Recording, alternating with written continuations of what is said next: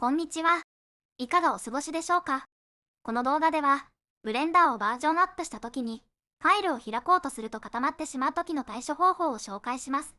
主に、バージョン3.0以前のファイルを、バージョン3.1以降で開くと発生します。対処方法は、初期設定の変更です。新しいバージョンのブレンダーを開きます。エディット、プレファレンシスを選択します。ビューポート、サブディビジョンを選択します。GPU サブディビジョンのチェックを外します。その上のセレクションの中にある GPU デクスピッキングのチェックもついでに外しましょう。左下の Mac からセーブプレファレンシスで保存します。そうするとファイルが開けるようになるはずです。サブディビジョンモディファイアを読み込むときに処理落ちしていたのがファイルが開けなかった原因でした。お使いのパソコンが GPU に対応していないので、バージョン3.1以降の初期設定では処理が追いつかないのです。つまり、お使いのパソコンは古いのであります。